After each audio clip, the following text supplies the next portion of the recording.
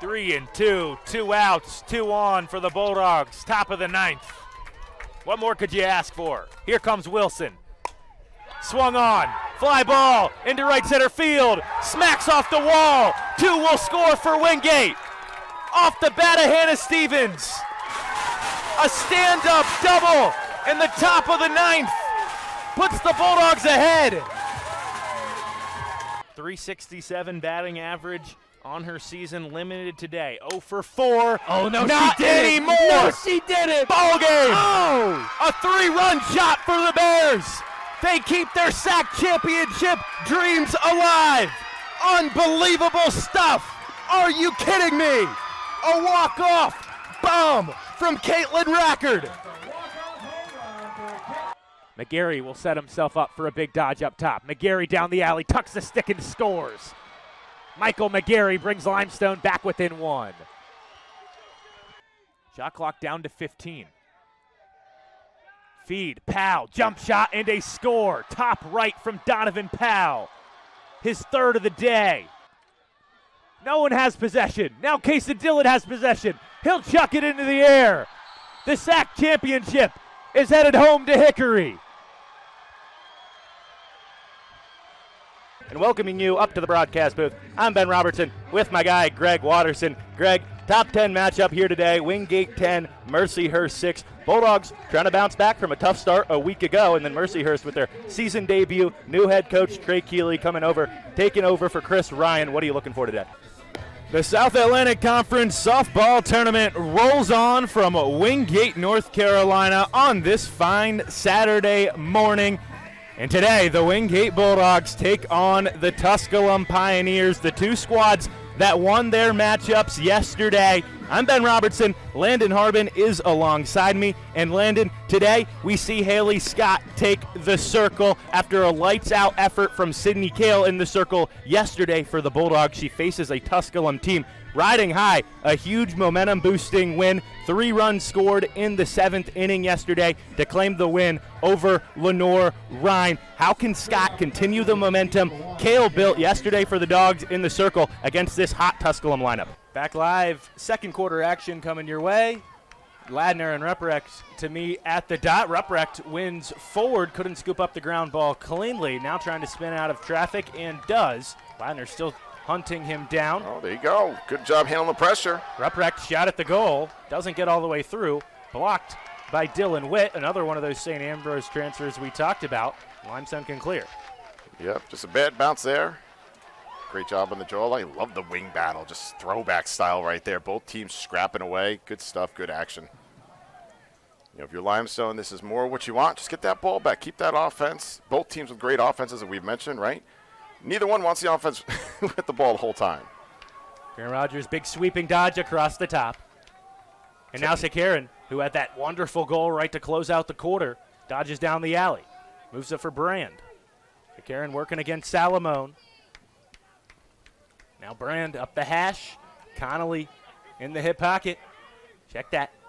Nate Sinez was driving up the hash. 77, not 17.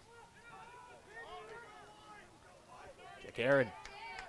Again, wrapping around from X. Wingate guarding well individually right now. Shot clock down to 25. Heavy checks from Carnage and Salamone. There's that single invert ISO. Feed here to Terry, low to low, score. Limestone up 6-3. No, you're going to say it didn't seem like he put all the gas on that, but the thing is his release was so quick. It's in, and his quick stick hands, he brings it back as he's catching it, and just a quick little turn of the wrist, and that ball is out and low to low. And I tell you, Sully, you know, the scout is simply Terry drops his hands. He's going top cheese there. I think that caught Sully thinking that was going to go high, and it stayed low, a little worm burner. You hinted at this at the top of the broadcast, but Coach Story are talking about Terry just glowingly. I mean, telling us pretty much every single night. He's texting him, hey, can you leave the lights on the field on? I want to get a few extra shots. It's even to the point where Storyer's got to say, hey, on Friday night, say, chill out, man. Go to bed. We got a game tomorrow. Ladner wins forward. Yeah, the Bulldogs go with the straight face there, and it doesn't work out. Ladner with the dub. Now Limestone with yet another possession. And, you know, here's the theme, right? Limestone possession, Limestone possession, Limestone possession.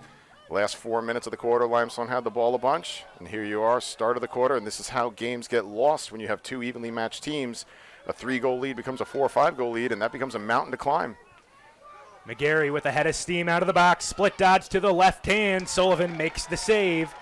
Flick up forward for Farley. Bulldogs are running in the clear. And this is where the Bulldogs really need to attack. Attack them downfield. Don't let things get set up 6-on-6. Greco feed down. Clark has a hat trick already today. Brings this game back within 2 for the Dogs. Get this thing. Let's make this a track meet. I know the coaches don't want it, but don't we all want to see that? Let's see them get up and down. You see the Bulldogs. Limestone does a great job in transition. Here the Bulldogs do a great job in transition, able to come down. And Clark does a great job. I'm staying here at X. No. I'm going to sneak the backside. And just, great Canadian hands right there. Steps in. He's got a little bit of gap to shoot. Does a good job from high, dropping it down low to finish. We're talking about Storier and some of his stories, right? Coach Boyle telling us Limestone, they comes at you in waves. Waves on waves on waves. It's a little spurt. It's a little run here. You have to limit those waves, counter them. Bulldogs doing a good job of that there. Look at the blue armada they have on the sideline. I mean, they got to come in 2 buses. Oh, wait, they did come in 2 buses, and there's a van. I mean. Ladner had the face-off win there. Got knocked out of his stick. Lamoureux gave him some help, and then the Fogo scores and puts Limestone back up 3 just like that. Yeah, it looked like that one just caught Sullivan off guard there. Not his finest effort like that one back, but that's why goalies have to be goldfish and just move on to the next one. Forget all about it. And that's a great answer, great response, if you will, by Limestone after the Wingate goal. Well, just a scrambled possession off the face-off, and Ladner just good recognition to see that he had green grass in front of him and get the shot off. You talk about the Fogos, right? You love guys that can play a little bit of lacrosse as well. Again, getting back to Coach Storier and chatting with him, talking about, hey, Ladner's a guy that can play a little bit, and I got to remind him of that sometimes. Hey, man, you have offensive skills. You can use that. He does right there and puts Limestone up 3. Ruprecht counters right back and gets the face-off win. Yeah, Ladner's definitely helped by the services of Coach Reisman, who's a phenomenal face-off specialist in college. An assistant coach there for Limestone, done a great job supporting Coach Storier. They've gotten Limestone back to what they used to be, where they were a dominant force down here in the South, getting the right kind of players.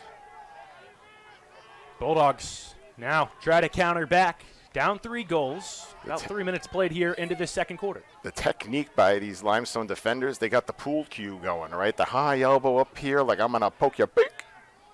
Remember, former All-American Kendall Collins helping out with Coach Storier's staff. I'm sure helping out those pulls. Got Kevin Reisman, one of the all-time great D2 face-off men, helping out on the staff as well. Here, Kyle Spence, a shot low, rings the pipe and scores. I like when they tell me to be quiet without telling me. They just let their game do it, right? I was on Spence for that early shot in the possession in the first quarter, but there he is, really nice dodge over the top. Slide just a little late, and he knows he's going to get hit.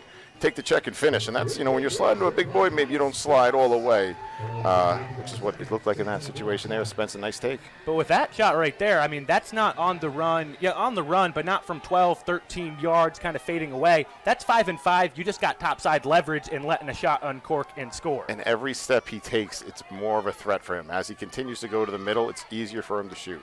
Or there's more net to shoot at, excuse me.